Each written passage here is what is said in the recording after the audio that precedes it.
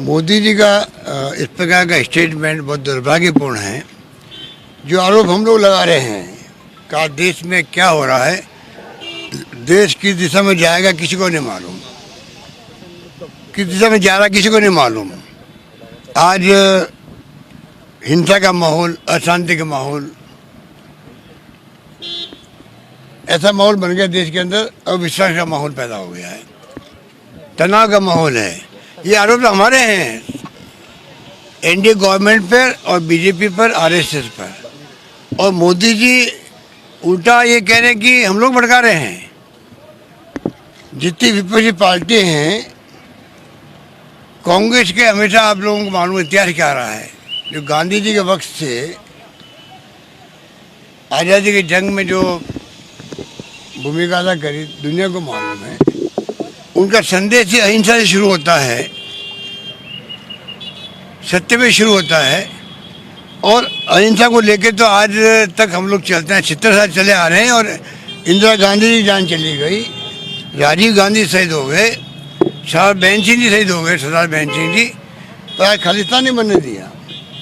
एक तरफ तो ये स्थिति है कि हम त्याग बलिदान करना जानते हैं, आज़ादी के पहले भी, आज़ादी के बाद में भी।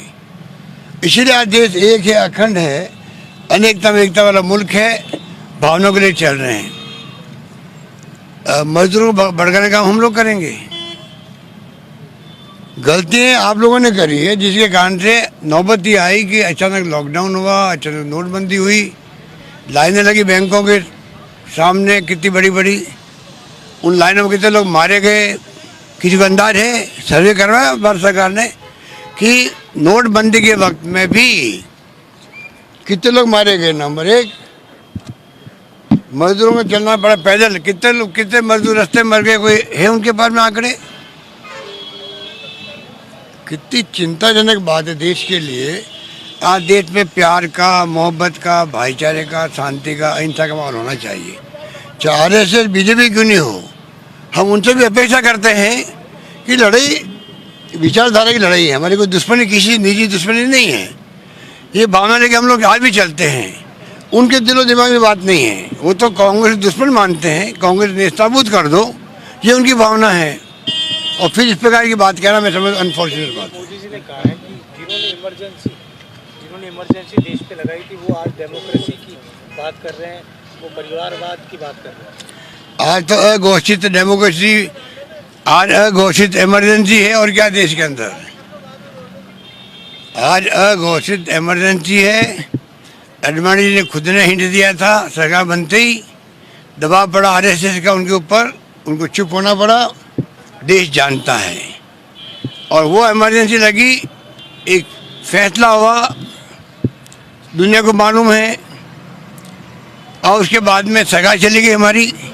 उनको गिनाने क्या तुक है बताइए आप लोग? वो सब जानते हैं कि इमरजेंसी लगी थी, किन कारणों से लगी थी, क्यों लगी थी, क्या हुआ इमरजेंसी के अंदर, कहाँ कमियाँ रही, कहाँ खामियाँ रही, कहाँ उपलब्धि रही, ये तो रिसर्च का विषय हो सकता है।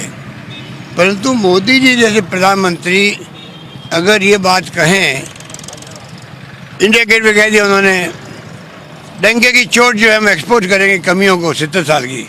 आप कमियों को एक्सपोर्ट करते फिरोगे या खुद का इतिहास बनाओगे? कमियों को एक्सपोर्ट करते करते समय निकल जाएगा आपका। आप विकास की बात करो, समझ में बात आती है। आप कमियां गिनाएंगे हम लोग डंके की चोट, इसमें समय बर्बाद कर दो देश का। प्रधानमंत्री हो देश के।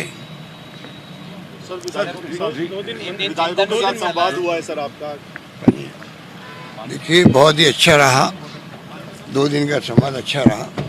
खुल के सबने बात करी, खुल के सबने बात करी है। हम चाहते थे कि एक बार असेंबली भी आ रही थी और आगे चुनाव भी आएंगे, तो हम लोगों ने बहुत अच्छे ढंग से माहौल में अच्छी बातें हुई है। सबने खुल के बात करी, अपनी भी, हमने अपनी खुल के बात कही है। और मैं समझता हूँ कि ऐसे चिंतन शिविर तो होते रहने चाहिए, उसी से आपस में एक दूसरे को जानने का मौका ही मिलता है।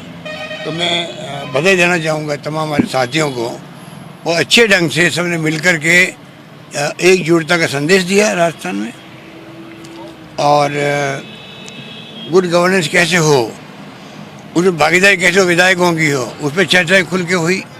हम चाहते हैं हमें अगर सरकार ने आशीर्वाद दिया है और सरकार बनने का मौका दिया है और मैं तीसरी बार मुख्यमंत्री हूँ, तो मेरी नैतिक जिम्मेदारी बनती है कि मैं किस प्रकार से गुड गवर्नेंस के लिए काम करूं और काम मेरी टीम पूरी करे, तमाम विधायक लोग करे, मंत्रिमंडल के साथी करे। तब तो शासन दिया हमें विश्वास करके जनता ने, उनके विश्वास पे खरा उतरना चाहेंगे हम लोग, उतरने का प्रयास कर रहे हैं। हमें उम्मीद है कि 3 साल के बाद में भी सरकार विरोधी लहर कोई नहीं है राजस्थान के अंदर। ये शुभ संकेत है कांग्रेस के लिए अगली सरकार बनाने के लिए। इसीलिए फ्रस्ट्रेशन की बात मैंने कल कही थी कि ये लोग फ्रस्ट्रेशन में आ गए हैं, निराश हो गए हैं कि 3 साल के बाद में भी सरकार विरोधी लहर क्यों नहीं पैदा हो पाई। इसलिए अब उल जुलूल बातें करते हैं, नॉन इशू को इशू बनाते हैं। हम चाहते हैं इशू को इशू बनाओ और उस पर फिर आप सामने आओ हमारे, हम उसका जवाब देंगे। और इशू को नॉन इशू बनाओ आप, और नॉन इशू को इशू बनाना चाहते हो तो ये आपकी, मैं समझता हूँ, कन्फ्यूजन है आप में कि इशू कौन से है और नॉन इशू कौन से हैं। आज बीजेपी धरना दे रही है सर, विधायक धरना दे रहे हैं, ये कह रहे हैं कि सीबीआई की मांग तो हमारी जारी रहेगी। वो जो चाहे, मैंने कहा ना आपको, उनके पास कहना कुछ नहीं है, इसलिए वो जनता को गुमराह करने का प्रयास कर रहे हैं। तमाम बातें जनता समझ रही है, बल्कि तमाम जो ये इनकी हरकतें हैं, जिस पर कि सोशल मीडिया के अंदर भी, वक्तव्य के अंदर भी, ये धरना दो, प्रदर्शन करो बिना मतलब के, जनता इनके अंदर भाव है कि ये क्या चाहते हैं, इनको मालूम है। इन्होंने कोई भूमिका अदा नहीं कर पाए, विपक्ष की ये लोग कोई मुद्दा बना नहीं पाए हमारे खिलाफ में। इसलिए अब चुनाव आते आते ही बातें कर रहे हैं। तो मैं समझता हूँ कि जनता इन बातों को समझ रही, इसीलिए इनको बाबा हरवाती चुनाव अच्छे बाई इलेक्शन हम जीते हैं, क्योंकि इनको जानते हैं जनता के ये लोग क्या बोलते हैं, क्या करते हैं। इनके पास ठोस बात कहने कुछ है भी नहीं। इसलिए मैं समझता हूँ कि निराशा झलकती है इनके ऊपर, फ्रस्ट्रेशन झलकता है। ऊपर से भी इनको ये आदेश है कि कुछ नहीं कर पाए तुम लोग, निकम्मे साबित हुए हो। 3 साल में कुछ नहीं कर पाए तुम लोग, सरकार विरोधी लहर पैदा नहीं कर पाए, तो कम से कम सरकार को बदनाम करने का काम शुरू करो। इसलिए ऊपर से नीचे तक बातें चल रही है। इस बार मिथक टूटेगा, एक बार बीजेपी, एक बार कांग्रेस, जनता में 23 की रणनीति पर काम शुरू हो गया, वापस आए, कांग्रेस बनेगी फिर। भाई जनता का मूड तो हमें हमारे पक्ष में लग रहा है। हमने काम करने की कमी नहीं रखी। कोरोना मैनेजमेंट हो, सुशासन देने की बात हो, नई नई योजना लेके आए हम लोग। सबका बीमा कर दिया 5 लाख का हम लोगों ने, हर घर का बीमा कर दिया 5 लाख का इलाज के लिए। ये कोई कम फैसला है क्या हमारा? तो हमारी तरफ से कोई कमी नहीं रखी है और आगे भी कमी नहीं रखेंगे। जब बजट आएगा, हमारे इतना शानदार वित्तीय प्रबंधन है, हम कोशिश कर रहे हैं कि शानदार बजट पेश करें जनता के हित के अंदर और गुड गवर्नेंस